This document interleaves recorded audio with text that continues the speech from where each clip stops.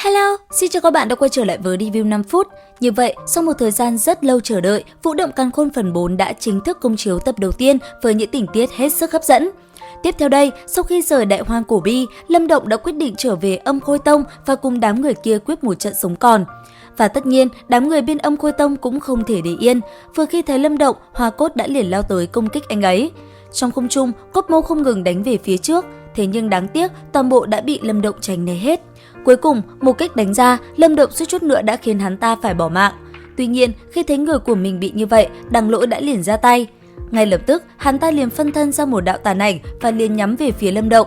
Thế nhưng, Lâm Động chỉ dùng ra hư ảnh khổng lồ, nó đã phá tan mọi thứ. Cuối cùng, Đằng Lỗi không làm gì được, hắn ta đã phải nhờ đám trưởng lão kết trận giúp đỡ. Thế nhưng, kết quả vẫn như cũ, Đằng Lỗi bị đánh tơi tả. Kết cục của hắn chính là nằm dưới chân của Lâm Động. Tuy nhiên, ngay khi tất cả gục ngã, Tào Chấn, một cao thủ Âm Khôi Tông đã xuất hiện. Sau đó, hắn ta cùng Lâm Động đã có một trận quyết chiến hết sức quyết liệt. Trước cường giả bám bộ tạo hóa, Lâm Động có chút thua thiệt. Bởi vậy, anh ấy cuối cùng đã phải dùng ra phù khôi cao cấp để giao chiến. Cuối cùng, sau một đòn va chạm kịch liệt, phù khôi cao cấp kia đã đập bay Tào Chấn. Nhân cơ hội đó, Lâm Động đã liền xách theo Đằng Lỗi và rời đi. Tiếp theo, anh ấy cũng liền tiến hành tra khảo Đằng Lỗi để lấy thông tin về Âm Khôi Tông. Sau đó, khi đã biết về thực lực của Âm Khôi Tông, Lâm Động nghỉ ngơi vài ngày, cuối cùng tiến thẳng đến thành Âm Khôi. Tại đây, Lâm Động lén lút theo dõi hành tung của tông chủ Đằng Sát thì biết được đám người kia chuẩn bị mở ra phong ấn thôn phệ tổ phù. Thế nhưng, nơi đây lại xuất hiện 3 tên cường giả tạo hóa cảnh. Bởi thế, Lâm Động chỉ biết chờ đợi, và rốt cuộc đám người kia cũng tiến hành kết trận. Dùng toàn bộ lực lượng mạnh mẽ nhất, đám người kia đã liền dùng ra trận pháp tấn công thôn phệ tổ phù. Tuy nhiên, tổ phù không dễ phá. Ngay khi lực lượng mạnh mẽ kia đánh vào, hư ảnh Hắc Đồng lão nhân đã liền xuất hiện. Sau đó, dùng lực lượng lưu lại đánh bay đám người kia ra xa. Cuối cùng, Đằng Sát thất bại, tất cả người của Âm Khôi Tông đều trọng thương. Nhân cơ hội đó, Mộ Lôi, tông chủ của Đại Ma Môn cùng Võ Minh, tông chủ của Võ Tông cũng tới. Rất nhanh, bọn họ đã tiến hành khai chiến với Âm Khôi Tông để tranh đoạt bảo vật. Bởi vậy, một cuộc chiến kinh khủng giữa cường giả bám bộ tạo hóa cùng tạo hóa cảnh tiểu thành đã liền diễn ra. Thế nhưng, đang giao chiến, Đằng Sát đột nhiên phá giải khí tức ẩn giấu để lộ ra thực lực chân chính là tạo hóa cảnh đại thành. Chính vì điều này, Võ Tông cùng Đại Ma Môn cũng phải kinh rẻ. Sau một hồi thương thảo, bọn họ đã quyết định hợp lực phá giải phong ấn. Nhất thời, chính cường giả tạo hóa cảnh cùng nhau hợp lực, một đạo công kích liềm phóng về phía tổ phù. Tuy nhiên một lần nữa, tất cả đều thất bại. Cũng đúng vào lúc này, Lâm Động đã quyết định ra tay, thân thể như tia chớp, anh ấy liền lao về phía tổ phù và đoạt nó rồi bỏ chạy.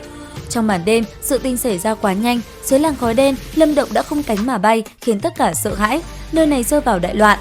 Ngay sau đó, đám cường giả Âm Khôi Tông liền đuổi theo, và cũng vì vậy, một cuộc chiến giữa Lâm Động cùng đám người kia đã liền diễn ra.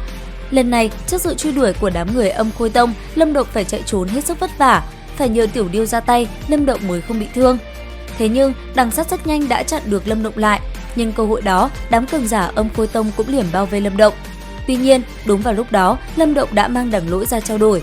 Bởi thế, không muốn con trai bỏ mạng, Đằng Sát đã đồng ý để cho Lâm Động đi. Mặc dù vậy, ngay khi Lâm Động vừa quay đầu, Đằng Sát đã liền công kích anh ấy. Ngay lập tức, Tiểu Điêu cùng Lâm Động đã liền hợp lực chống đỡ. Dưới đạo công kích khủng bố kia, Lâm Động đã liền mang cơ thể Đằng Lỗi ra đỡ lấy. Bởi vậy, công kích kia liền xuyên qua cơ thể Đằng Lỗi, khiến hắn bỏ mạng. Còn Lâm Động, anh ấy cũng bị trọng thương và phải bỏ chạy ngay lập tức. Rất nhanh, anh ấy liền hướng về Huyền Âm Mạch, cấm địa của Âm Khôi Tông. Thế nhưng, đám người kia vẫn truy đuổi không dứt. Cuối cùng, bọn họ đã chặn đường Lâm Động lại, không cho anh ấy chạy trốn. Và ngay sau đó, một đòn toàn lực được Đằng Sát tung ra về phía Lâm Động. Trong một đòn này, Tiểu Điêu cũng phải dùng toàn lực để chống đỡ. Cuối cùng, sau một hồi giao chiến, Lâm Động rơi vào thế yếu. Anh ấy quyết định đi vào bên trong đại địa Huyền Âm Giản, nơi được coi là tử địa để chạy trốn. Còn đám người kia, bọn chúng cũng không dám đi vào nơi đó. Bởi vậy, tất cả đã ở bên ngoài bao vây. Và liệu rằng Lâm Động làm cách nào để thoát nạn?